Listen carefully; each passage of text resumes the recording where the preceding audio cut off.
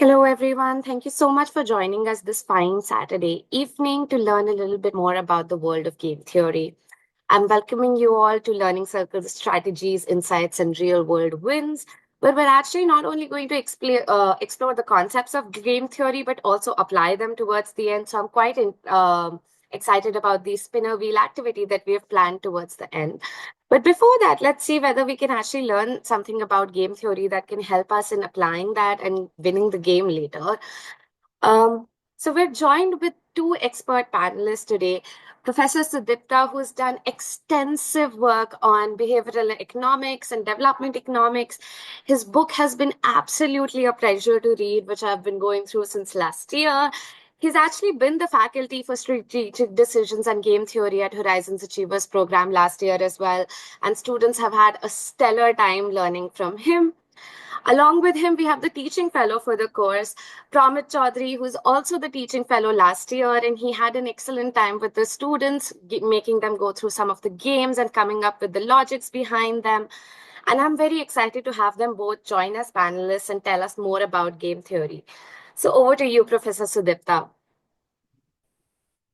Thank you, Isha. And thank you, everyone, for being here and wanting to learn about game theory. So, um, I don't know how much you know about game theory, but the idea is that, um, you know, there are two kinds of problems we face in life. One is a decision-making problem. Okay. So you have a certain amount of money and what you're going to do with it. Okay. That's entirely a one-person decision-making problem because you are trying to spend your money for your own happiness. However, there will be situations where what you do is not the only thing that affects the outcome. The other people who are involved in this also will do things, and both of these will affect the final outcome and your utility, so to speak. Or if you don't want to use the word utility, let's think of happiness. Okay. So it's a combination of things. Now, of course, all of you are familiar with game theory. Why? Because you've all played tic tac toe, you've all played rock, paper, scissors. You are probably all aware of, or at least some of you have played chess. I'm sure all of you are aware. But you can also think of other games like, football and cricket and things like that. So game theory is not just about these kinds of games, right? I mean, obviously it is about these kinds of games as well. And that's kind of the history of game theory. It started with the analysis of simple games like hex and tic-tac-toe and nim and chess. And that's why the word game theory. Okay. But essentially, it's about a whole lot of other things. Think, for example, about what's going on right now between Iran and the US. Okay. The final outcome doesn't just depend on what US does or what Iran does, it depends on what both of them do. Let's think about climate change, right? So we want to address climate change. If one country decides to follow green policies, that's not going to be adequate if the others don't do it, right? So these are all situations where the final outcome depends on actions of multiple people. You can think of a cola war. So suppose Coke and Pepsi decide to, have a price war between themselves, right? Okay, this is also, or this can also be thought of as a game. So we'll go, so what this course will do over the course of next few weeks. On Saturdays, I will lecture. I will go through ideas. So we will start with very simple games and then we will build onto these things. And then on Sunday, Promit will kind of do problem solving and things like that. If I'm not mistaken, Promit, that's the plan, right? Yeah, So, I will also do some hands-on games with all the people. yeah.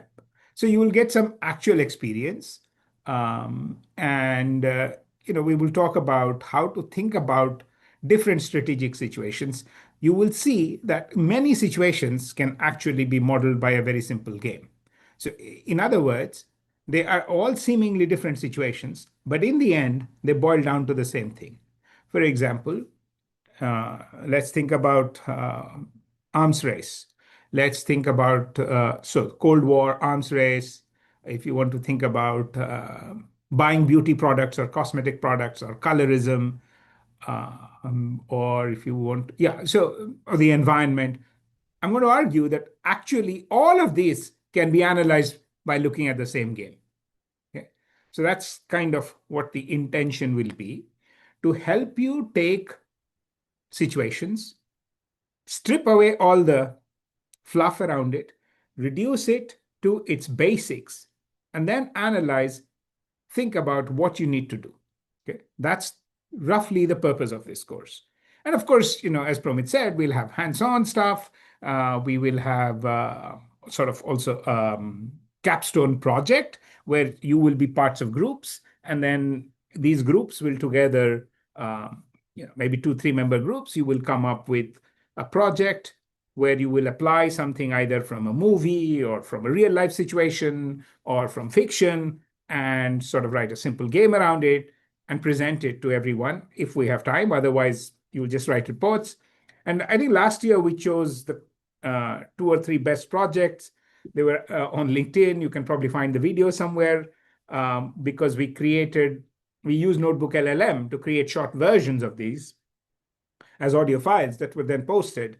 So one of them was about cricket, right? Well, Promit, do you remember what the other one was about? The other one was about fiction. There was a certain sequence in the fiction book that they found out game and analyzed it game theoretically. It was really interesting. It was a strategic decision that the protagonist was trying to make against the antagonist. Okay. I mean, I've been teaching game theory for a long time, and students have done all kinds of projects. For example, one of the projects I remember was suppose there is a kidnapping. Okay. When do you hire a negotiator? When do you go to the police? When do you announce a bounty on the criminal? So suppose, there's this Mel Gibson movie, I think Ransom, where Mel Gibson goes on national TV and announces a huge reward to catch the kidnapper, right?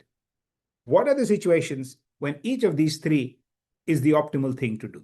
So these are the kind of things we want to talk about and do. Promit, do you want to add anything?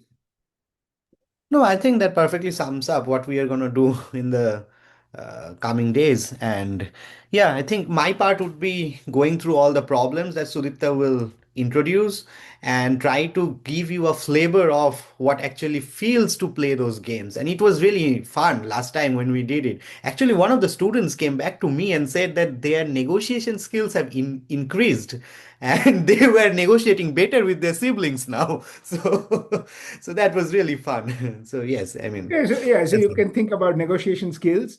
So I mean, reality, of course, as you will see, has a lot more going into it, right? I mean, sometimes you have emotions, your feelings, you care about the importance of what happens to the other person.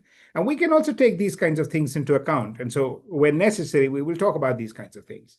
But roughly, the idea is to take some types of uh, situations, try to reduce it into its basic critical elements, think through it, and come up with solutions. Okay. Why is it useful? I mean, actually, why should you do game theory? Just about anyone should do game theory. At least it's like saying, why should I do personal finance? Well, if you're going to make money, you have to know how to manage your money. Similarly, if you're going to go through life, I think it's a good idea to know how to make optimal decisions, right? And think about problems, reduce it to its basic elements, and then make decisions. So, game theory, in that sense, I think is a useful tool. Doesn't matter if you're going to do economics or political science. Game theory is even used in biology. So, it's a whole range of disciplines that use game theory. I think the idea would be that getting leg up in game theory is just useful to think about things. And yes, I think somebody said that I'm not a math nerd and I want to find out about game theory. Yeah, you don't have to be a math nerd. I think the most important thing is to have a curious mind, right? To ask questions, to think about why this is interesting, why this is important, and so on. So, yeah, I don't know if I sort of Isha, do you think I need to tell them anything more? We can do the activity first or take some questions, then do the activity, and then have time for more questions. How do you want to do I think we this? can move forward with the activity now, if that's fine. And then we'll take Okay. questions for everything that you've mentioned so far and the activity towards the end. All right. So yeah, so I've spoken for long enough. We have an interesting activity for you. Hopefully, please don't use AI. Otherwise, the whole point of the activity is lost. Um, and we know when you'll use AI because this has been carried out in practice as well. And we know how people generally tend to behave. So if you find the optimal answer instantly, then we know what's going on. All right, Promit, over to you. All right, Isha, did you share the link of the? I can just share it in the chat box. Just give me one Yes, minute. yes, yes. Because I think I don't have access to everyone. I just have Yeah, access to host and panelist. Yeah. yes, let me just share it. So, for everyone's context, I'm sharing a link in the chat box and Promit will tell you more about the same. Yes, so before I go formally into the rule of the game or what you essentially have to do, let me go through a little bit of technicalities. So, first of all, the link, if you click it, it might not work for everyone. So, try to copy and paste the link in your address bar. It will be easier for you all to access it. And then you will have to give permission to a couple of let me proceed and or follow, allow cookies and stuff like that. And then if you have done that, then you finally land on the first page of the game where you have to choose whether you are playing the game or you are the host. You are obviously not the host as we are. So you'll be playing the game, and then you land on another screen where you have to give your name. Now, what's the game? The game is what we call the guessing game. You will see a slider from 1 to 100 and you have to pick a number between 1 to 100, and then we will compute two-thirds of the average of all of you together. Okay, so two-thirds of the average, and whoever is close to two-thirds of the average will be considered the winner for that round. Okay, so remember, essentially what you are trying to guess two-thirds of all of you who are playing. Okay, so it's not an individual decision, it's a decision that depends on everyone's choice. So I think that's all. Yes, I see two of you have already started giving numbers. Three. Okay, so you can start. Yeah. So that if you have something to add. No, I was just going to say if you want to give them an example of suppose you and I guess, I don't know, 6 and 9, and we have to choose a number between That. 20. Yeah, Yeah. or say 6 and 3, maybe. No, nine Yeah. and three, let's say. So how what would the winner be? Yeah. So nine and three. So suppose you chose nine, I choose three. Okay. So nine plus three is 12. And then two-thirds of 12 would be eight, right? If I'm not wrong. Yeah, eight. So who is close to 8? Sudipta is. Since Sudipta chose 9. So Sudipta is the winner. Okay, and I was 3. I am very far off than the two-thirds of the average. Okay, so that's how it's computed. And there is a prize, right, Isha? There are a couple of prizes. So if several of you get close to the optimal answer, then we will give a prize, and more than one if necessary. Yes, we do have prizes in place. Very good, very good. Yeah. So Promit, I guess please, Yeah, I can the see link is nine already in players. the chat. Yeah, link is. Link is in the chat. You should be able to click on the link or cut and paste the link and go there. Promit, I think you should also have a window Yeah, in I see. which you close the chat or you close the game because otherwise people will start, Yeah. doing what. So yeah, I think we have 11 players now. What's the total number of participants here? It's Well, 19 this, attendees. yeah, 19 So attendees. maybe 2 more minutes. All right. I would say 1 more minute. Okay. I tried to be a little lenient there. Okay, 13. Six more. You're waiting for six more.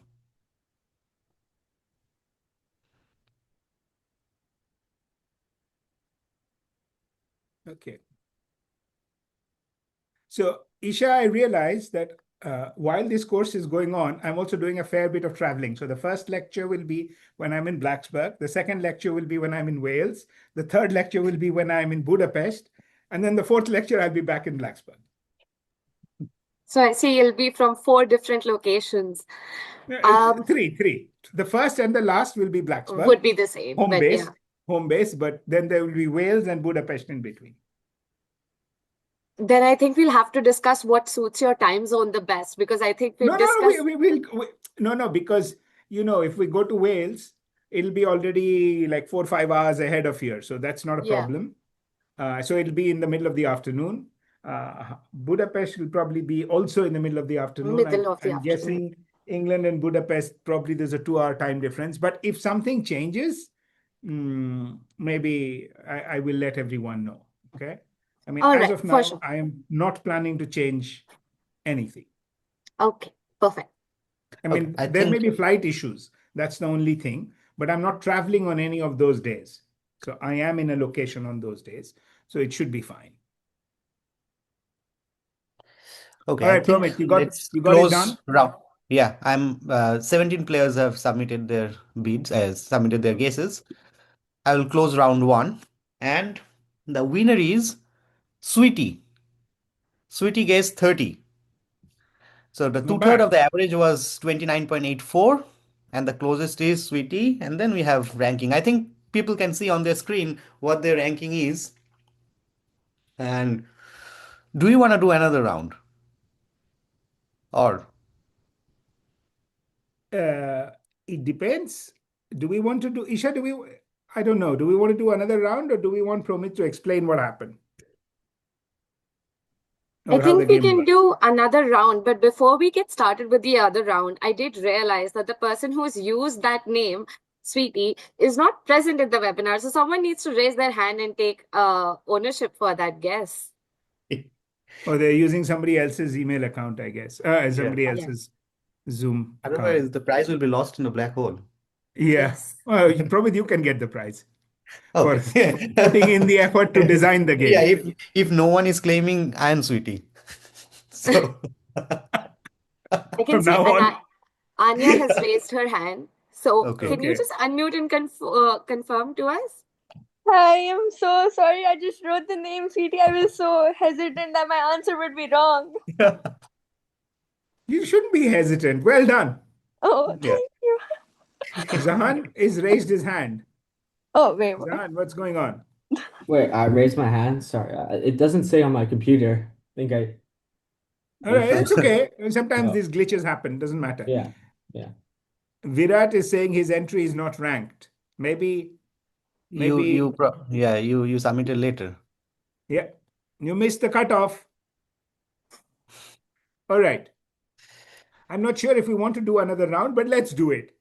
Because But by let's this time, people should figure uh, out. people might have also they might have figured out or they might have had assistance from other sources as well. But okay, Okay, this is go this for is it. just yeah.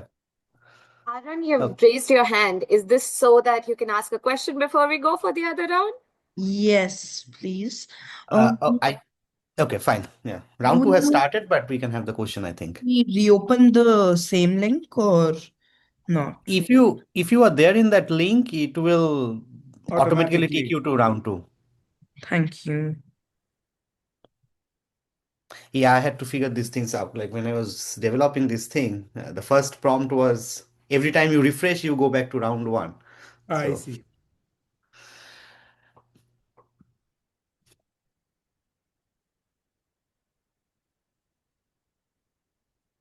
This round should be short, Promit. 2 or 3 yep. minutes. Kill it after Mm, that. yep. Okay. 3 more minutes.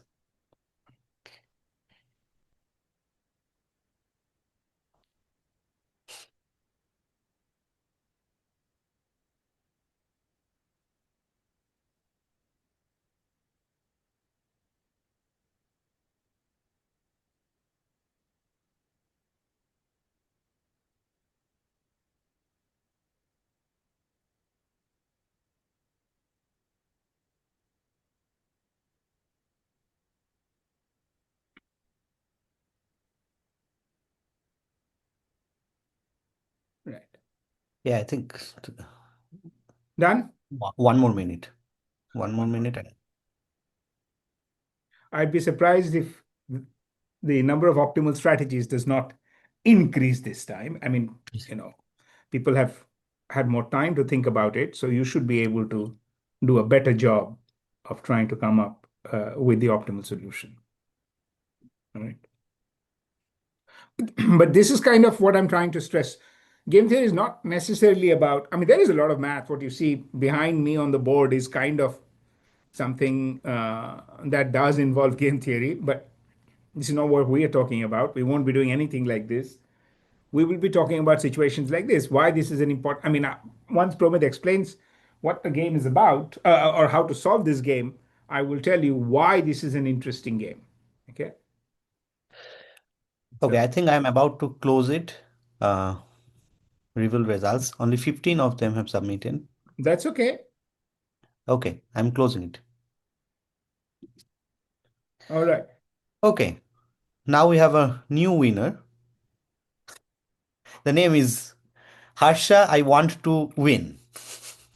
Okay, that's the All name. right. And you have won. Appropriate name. So this time the target was 25.69 and Harsha guessed 27. So the target did decrease. So people did try to play a little bit strategically. Yes. Okay, so I think it's time for me to explain what the optimal outcome should be ideally for these games, right? I'm so sorry to interrupt you, Promit, Yeah, but for the yeah. second name as well, we need someone to take ownership. They've been very creative with their name. All right. Yeah. Harsha, take ownership. No, Unmute, not show only Harsha. yourself. Harsha, I want to win. That's the name. Hi. No, last time I wrote Asha, but then I was way off, and I finished last place. So this time I thought to make myself luckier. I named it that. So your strategy was just to change the name. That's Yeah, how you win. and decrease the number substantially because that's what. Yeah. All right.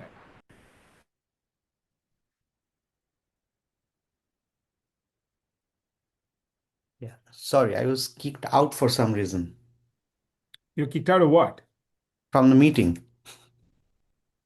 But you're back. I can see Yeah, you. now I'm back. Okay. Yeah. All So, right. all right. So let me explain uh, what's happening here. Okay. So the thing that you all are doing is trying to guess two-thirds of the average essentially, right? So you are trying to guess what others are guessing. So now take for example, all of you had guessed 30. Let's say, for example, 30. Then two-thirds of 30 would have been, the average would have been, two-thirds of the average would have been 20, right? So all of you win, but if one of you had guessed somewhere close to 20, let's say 20 itself, then you would be the sole winner, right? Instead of sharing the prize with everyone else. So you can deviate from 30 and be the sole winner. Now come to the case where all of you are 20. Okay. Then two-thirds of 20, as in two-thirds of the average, would have been somewhere around 13, right? And so you'd be like, okay, then I can put 13 instead of going sticking to 20 because then I'll be the sole winner, right? And now you can go on and on and on like this, and you will see ultimately you converge to 1, the minimum. If all of you had chosen 1, then no one had any incentive to deviate from 1 and choose anything else. So the optimal outcome for this game is every one of you choosing 1. Okay? Is it clear? So, Pramit, I will also say it, but Yeah. I will do it from 100. Okay. Okay. So let's suppose everyone said, let's guess 100. All right. Then, since everyone guesses 100, what's two-thirds of the average? 66. Okay. Right. So Mhm. basically, if you guess 66, if you had all guessed 100, then 66 would have been two-thirds of the average. So if you want to be close to the average, you don't want to guess 100, right? So anything between 66 and 100 is not a good idea. Okay. So we rule that out. Next round, everyone realizes, well, since we're not going to guess anything between 66 and 100, what if we guess 66? Okay. You get 66. Then 2/3 of 66 will be what? 44. 44, yeah, Yeah. 44 or something, 44, yeah. So you keep iterating this way, eventually you will converge to the lowest number, which is 1. So why is this interesting? This is interesting because this idea links to something that we also call the Keynesian beauty contest, okay, which Keynes talked about in his book, The General Theory of Employment. So he says, imagine there's a newspaper contest, okay? In the newspaper, you see 6 faces, and you have to guess, just like in our game, who everybody thinks is the prettiest face. It's a beauty contest. So you are guessing, the newspaper will give the prize to the person who guesses what everyone else thinks is the prettiest face. Okay, so what does this mean? This means that it's not about who you think is the prettiest. Okay, it's about who you think everyone else thinks is the prettiest. But wait, it doesn't stop there. You realize after some reflection that everyone else is doing the same way of thinking. Everyone else is thinking just like you. They are trying to think who everyone else will think is the prettiest. So now you have to think about what everyone else is going to think about what everyone else is thinking is the prettiest person, and so on. But what was Keynes's point? Keynes's point was this is exactly how the stock market works. Okay. Yes, fundamentals are important. This is one explanation, right? Fundamentals are important. What you want to do is you want to pick the stock right now that everyone else will pick. Because then what will happen? The price of this stock will go up and you will be able to make a killing. Okay. So this is kind of what's going on in these types of games. So yes, it's a game, it sounds funny, it's about guessing a number, but actually it captures a very deep point, which is trying to figure out what society, there are situations where you want to figure out what society will think is the most important thing. And if you can do that before the others are able to do it, you will get high rewards. Okay. So this is kind of the Keynesian beauty contest. You can look up the guessing game. You can look up Keynesian beauty contest. Planet Money, which is a radio show in the US, hosted by National Public Radio, actually did this with cat videos. So they showed a couple of years back, 2 or 3 years back, they put out 3 cat videos and asked people to guess which one do they think is the cutest cat video. You can also find information on this. Planet Money and the cute cat videos. Okay. All right. So I think enough from our side. I'd like you all to, sort of, if you guys have questions, we'll be happy to take them.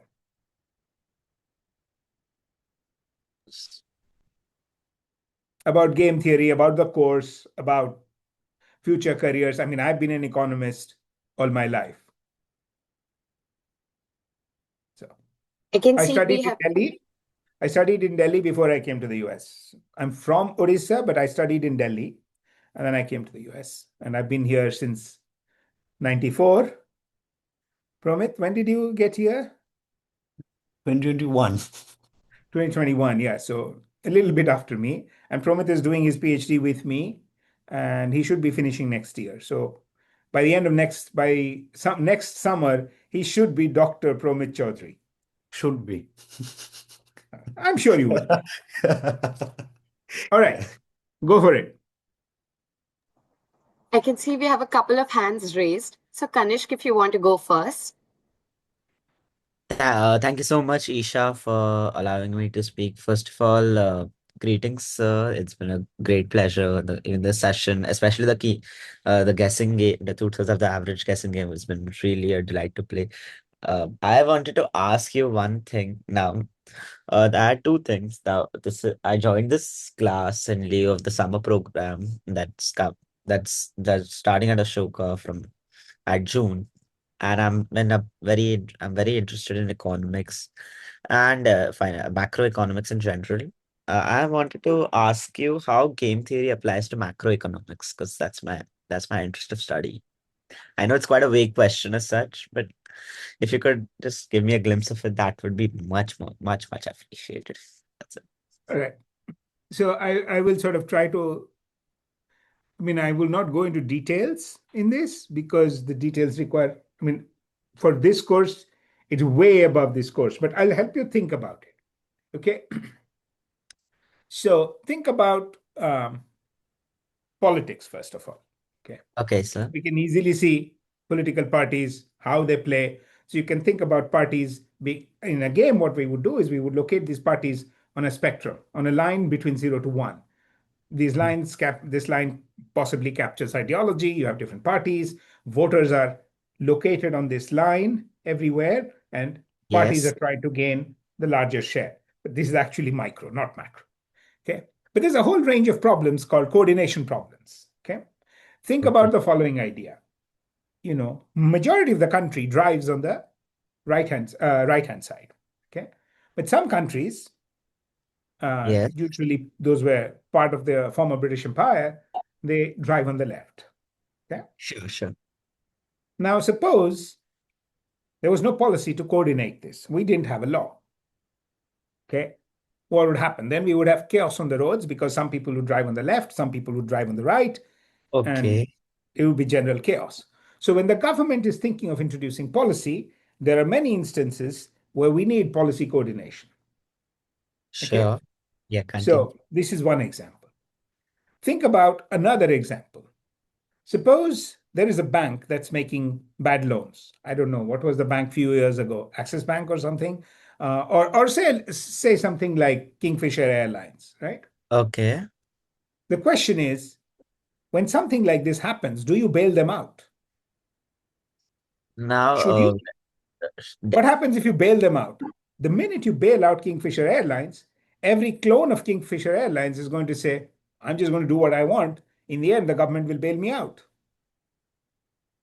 okay, that's a very interesting perspective. As sometime if it's too big to fail, governments must have to bail them out. But Exactly. that's not true for every case. This is not true for every case, but I'm just trying to explain to you where game theory, why do countries not want to negotiate with terrorists? Understood. Do you Understood. see the similarity Yeah. Like between it's bailing out a like a bank? game of chance. It's just a No, chance. it's not a game of chance. The minute you start negotiating with terrorists, what do? You create 50 other terrorists because everyone realizes, oh, I just have to do this, I'll get money. It's like an effect, a domino. Like so. It's not a domino, it's called a moral hazard problem, right? So when you encourage, if you build a reputation for toughness, okay, which is why reputation is important, which is why sovereign governments tell terrorists, okay, even if there is going to be a loss of life, we're not going to negotiate. Because the minute you negotiate, other terrorists realize this. So I would tell you there's a funny story in my book about this. So, in Sudan, there was a civil war, and Yes. the two groups were fighting, and the victors would take the other group as slaves. Okay. So there was a Christian missionary group which Hmm. felt very bad for the slaves. So they decided to offer freedom for release of slaves.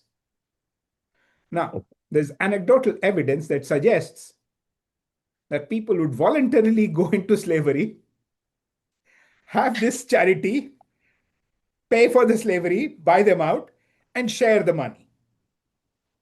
That's genius. But these human beings are smart. Human beings will find ways to make money. If they see there's a loophole to be exploited, they will do it. And in economics, this is called moral hazard.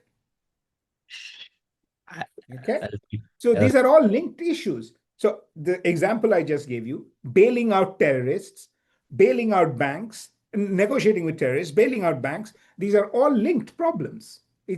Underlying them is the same kind of logic. yeah. Okay, I'll take other questions. So that's to give you a Thank you so so there is much, policy sir. coordination. There's policy coordination issues. Okay, and very simply put, you can think of governments Yeah. Bureaucrats, people, as all having different objectives. For example, the government, if I take a cynical view, Mm. politicians just want re election. Bureaucrats want to keep their job. People want the best for themselves from the But tax dollars, from the money they pay in taxes. You yes. can see easily that these three objectives are not aligned. Yeah. So now we have a game. All right. Yeah, yeah, that's it. Thank you so much for addressing my question. I'm sure there must be others very, Yeah, very. let's give the others a chance. Yes, thank you so So much. good questions. Thank you. Thank you so much for that elaborate answers, Professor Sudipta. I think it's actually got me thinking about a lot right now and how many moral hazard situations we actually encounter in everyday life.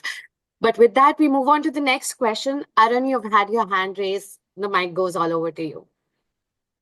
Uh, Thank you. I have three questions actually, if we have the time to answer them. Okay, let's So, start with one. um, firstly, I'm uh, firstly, I'm slightly I'm interested in chemistry. So, is Okay. game theory used in chemistry?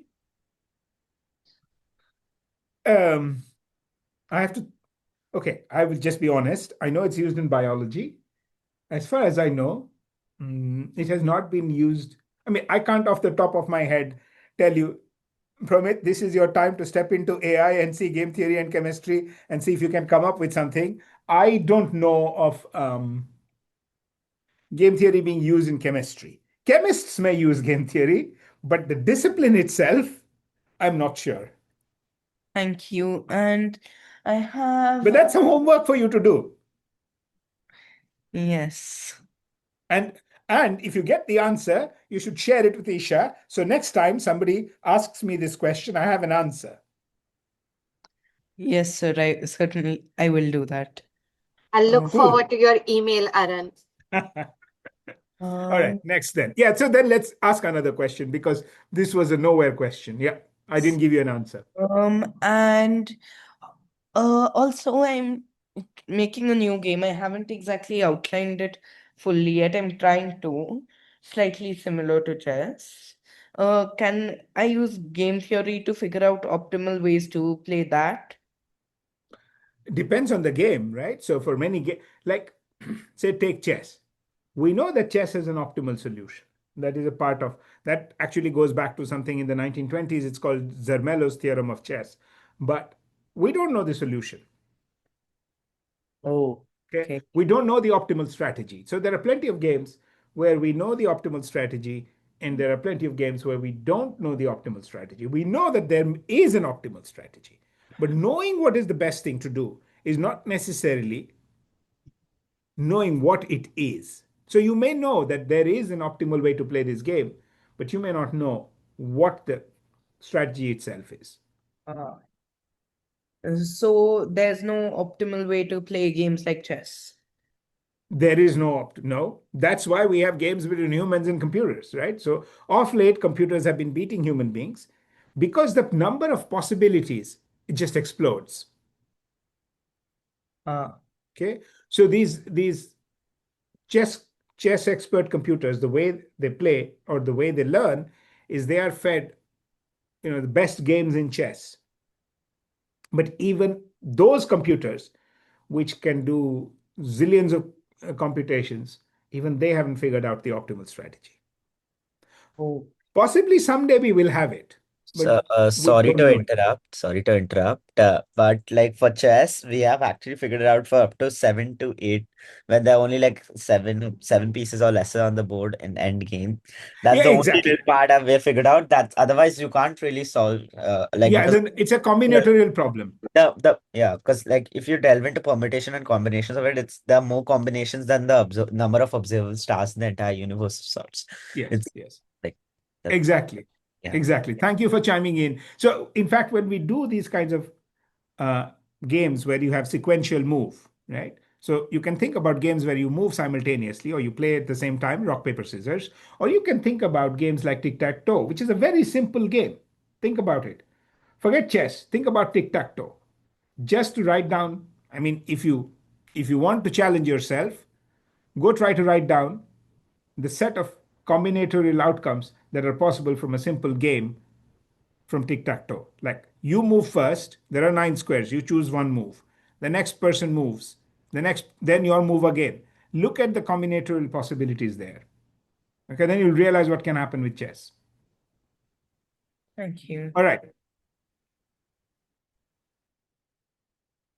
All right, so we have one question in the chat box which asks, Professor Sudipta, could you tell us a little bit more about your book, The Economics of Small Things, and whether it involves game theory as well? So I think the economics of the idea behind economics of small things is that there are everyday things that happen in our lives, and using these, I will try to explain an economics concept. Okay, so let me give you another example, which you will find in the book. And there are instances of game theory. The first chapter actually talks about three problems under asymmetric information, which means when people, not everybody has the full information. Okay, so one is adverse selection, one is moral hazard, and one is costly auditing. These are three possibilities, or costly state verification. So these are three things I talk about in that chapter. So there is a fair bit of game theory. I talk about signaling and things like that. So let me just give you one example that has to, or maybe I can do two examples. Let me talk about one example first. So if you're driving in India, you will see many people don't wear a seatbelt, but whenever they pass in front of a temple, they will do this, right? So you ask them, the seatbelt is there to protect you. You're refusing to do that, and yet you're praying to God for safety. Okay? So one of the chapters will argue is, if I think of a repeated game, you realize why this kind of behavior can be rational. Okay? Another thing that talks about complementarities and coordination problems and so on, I talk about where there's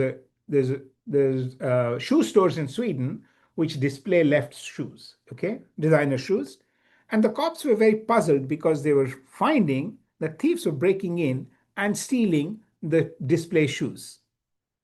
This makes no sense because you have only one pair of a shoe, left shoe. What were you going to do with a left shoe, right? It's completely bizarre. Then they realized across the border in Denmark, they display right shoes in the store windows. So these thieves were operating cross-border, stealing one part of the pair in Sweden, the other part of the pair in Denmark, and putting together designer shoes. Okay, so I use this to talk about coordination, complementarities, all kinds of things like this. So the book is short chapters. It has a lot of game theory. It's basically a fun read. So Penguin is going to come out with a new edition probably by the mid of next month. And that includes a whole set of discussion questions at the end, which will help you think about more problems that have to do with the topics covered in the book. So yeah, it's a fun read. Although it's my own book, I'm telling you it's a fun read. If you want to go ahead and try it, you should.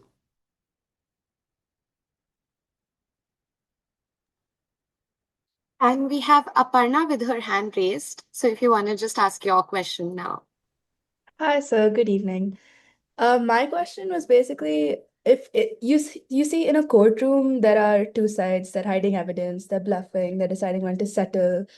I want to know where game theory plays in law and policy making, or business plans, etc. So there's obviously a lot going on here, right? I mean, it's not very simple to model the courtroom negotiation, except that it is a negotiation. It is kind of a bargaining game, right? But just the idea of a law, right? So if you think about it, what is a so if I take a rational view of crime, right? Suppose there was no punishment for stealing. Um, suppose you could steal, I don't know, 1 crore from a bank easily, and there was no punishment for it. What would happen? Chaos. people would start stealing money from the everyone bank, right? yeah, Yeah, everyone would start. Suppose the punishment was 1 rupee. people would still steal. Still steal, right? Suppose the punishment itself was 1 crore. That it would reduce Then the basically but you then are indifferent between yeah, stealing or not stealing. yeah, Okay. But now suppose the punishment is 2 crores. Then you have to think. What do you have to think yeah, about? Whether you will get caught or not, right. right?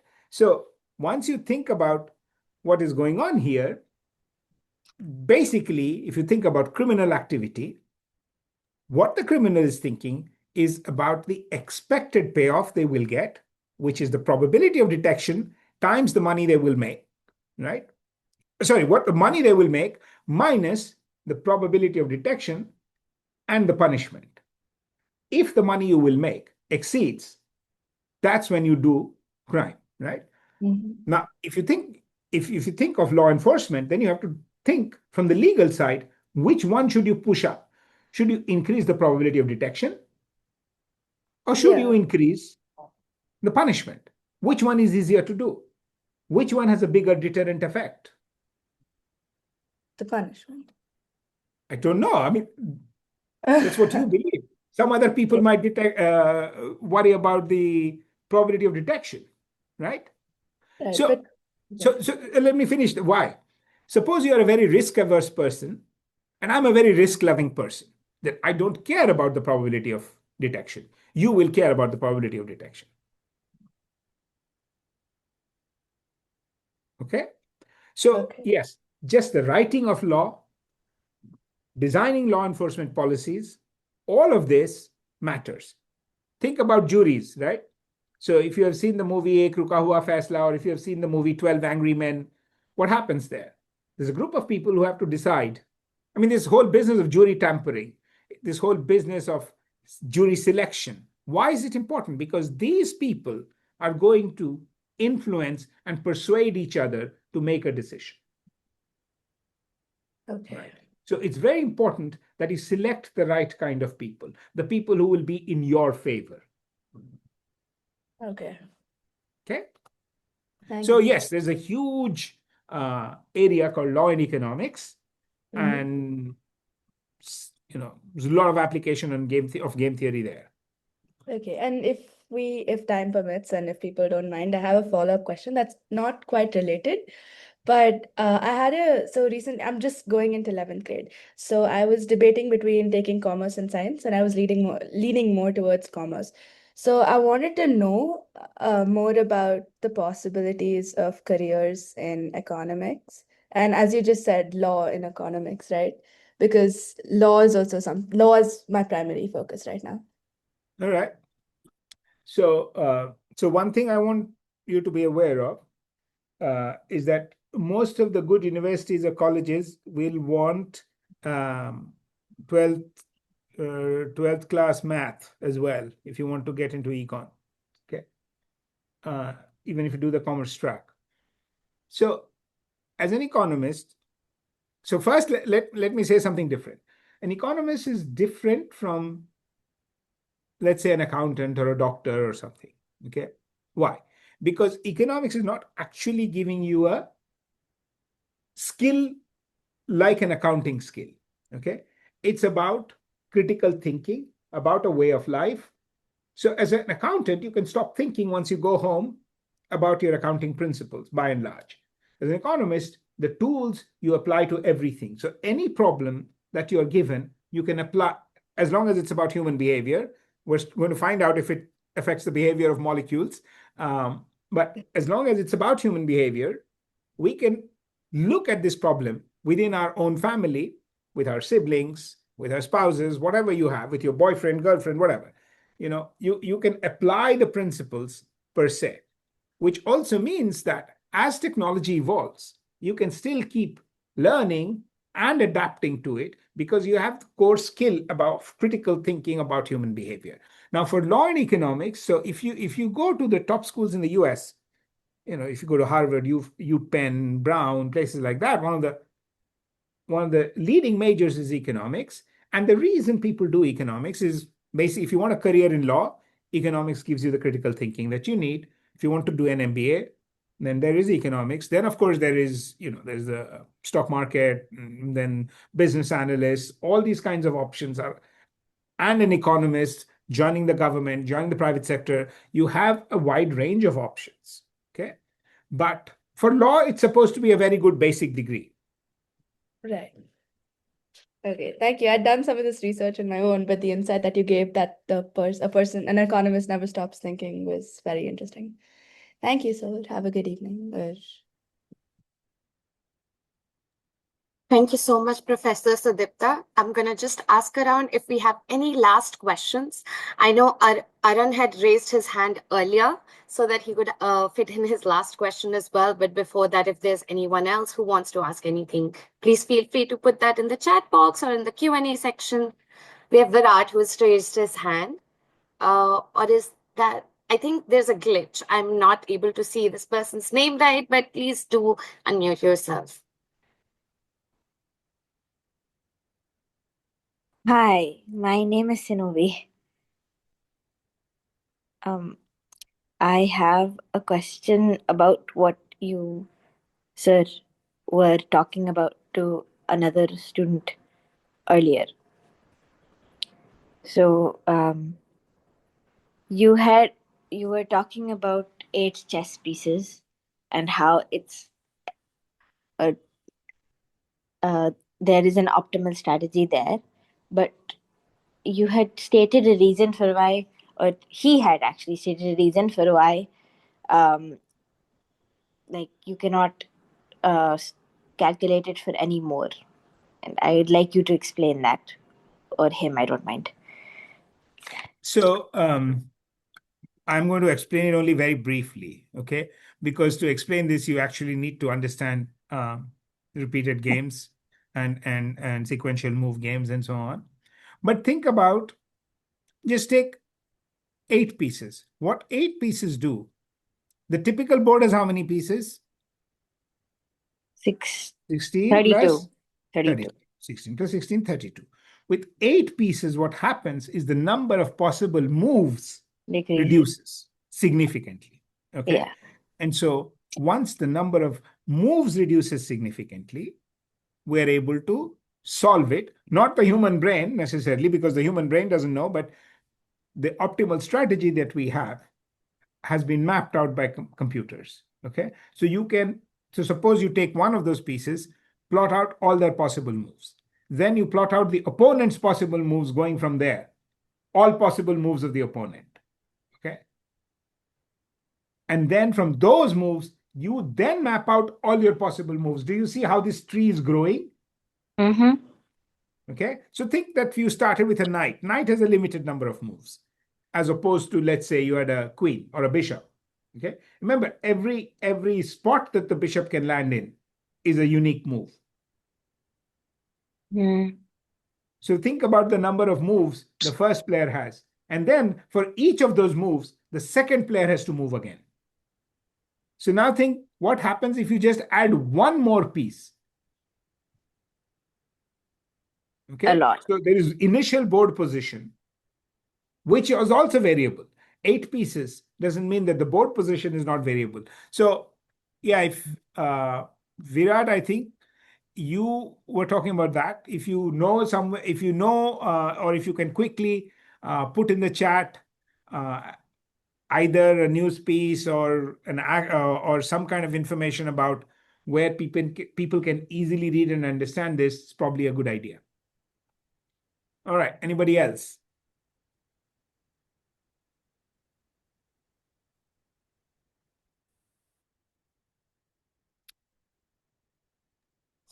Yes, Aran, go ahead. Thank you. My last question is just that you mentioned earlier that game theory is used in biology. Where is it used in biology? Okay. So the way we use game theory in biology is to understand mutation. Okay. In game theory, biology is very different from the way it's used in game theory is very different from the way we use it in economics or in other disciplines. So in biology, players are born with their strategies. Okay. So you can think of one strategy, one of the most famous games, is called the hawk-dove game. So there are people who are born hawkish. Okay, they want to fight all the time, and then there are people who are born as dove. Okay, so suppose you have a population of hawks, and then a mutant arises, and the mutant is a dove. Okay, so these are pacifists. When is it that a population or a mutant, the dove mutant, can take over the hawk population? Okay. Under what conditions can doves take over hawk populations? Because remember, when a hawk and a dove meet, the hawk wins. When a dove and a dove meet, they don't fight. So they just share everything. They're happy. When a hawk and a hawk meet, they fight because hawks always fight. Okay. So given this kind of way of thinking, so this approach to game theory was developed by a biologist called Maynard Smith. So Maynard Smith came up with this idea of what's called evolutionary stable strategies. Okay, so this is an evolutionary view of the world, or kind of a Darwinian view of the world, where you try to figure out if there is a population in place, can it withstand mutants invading the population? So, or one species is in place, then another species with a slightly different trait arises. Can this new species invade the existing species and wipe it out? Thank you. Relating to that question, also I think a scenario where a dove might survive is, well, I thought of a slightly fantastical example actually. Okay. In the Harry Potter universe, of course, this isn't real, but there are giants, so they keep fighting and killing each other, so that's why they're dying out. So in those conditions, let's say a dove version of a giant was born. So it would probably try to avoid other giants. So if, say, multiple doves appeared, then they would be better suited to withstand the conditions than the hawk-like original giants were.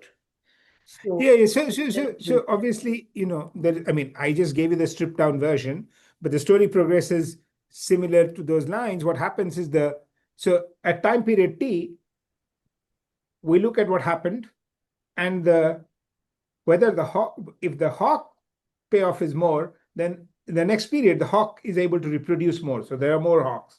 If the dove payoff is higher, next period, there are few more doves, and so on. So we look at what happens over time. Do the doves take over the hawks or not? thank So you. it's not a one-time interaction. We look at this, what happens dynamically over time, right? Evolution has an element of time to it. Otherwise, it would not be evolution. Evolution is not static. It takes thousands of years for things to happen, but this is one way to understand evolution. Thank you. Yeah. And could it But yeah, also be you're used? going along the right direction. Could it also be used to show could it also be used in predator-prey interactions in Yes, Lotka-Volterra equations are somewhat related, but you could use variations of these differential equations called Lotka-Volterra equations, and you can look at predator-prey types of problems in the same vein, because you can think of the predator and the prey and see as an existing population and as a mutant, and try to see what happens. So people have looked at these kinds of problems. and could it be used to look at the hunt itself? You can, but we need a lot more structure, and to do this kind of things, you really need to be very happy doing very complicated differential equations. All right. Some of which may only have numerical solutions. Thank you. All right. I can see one question in the chat box, and I think that's emerging from a little bit of confusion that I want to take 5 minutes to take. I want to take out 5 minutes to clear out, and I think they'll be really helpful as well. I'm also going to share my link. So today's webinar, Learning Circles, Strategies, and Real World wins was actually a glimpse into the strategic decisions and game theory classroom that's going to be happening this summer. In case you are interested in the course and you want to actually learn more about it, have more questions answered, you can actually go through this link so that you can have access to the application page. So, no, next Saturday you won't be joining the same link. For that weekly learning, you're going to have to join us in May and June. So that's what we're looking at. I hope this clarifies things. And I want to now take a moment to thank both you, Professor Sudipta and Pramit, for taking out an hour of your time and actually spending it with us, giving us so much insight into game theory and in the wondrous ways it's being applied all across disciplines. And I think the game was really, really exciting, and we really had to hold ourselves back from participating in it. But it's been a great learning experience. Thank you so much.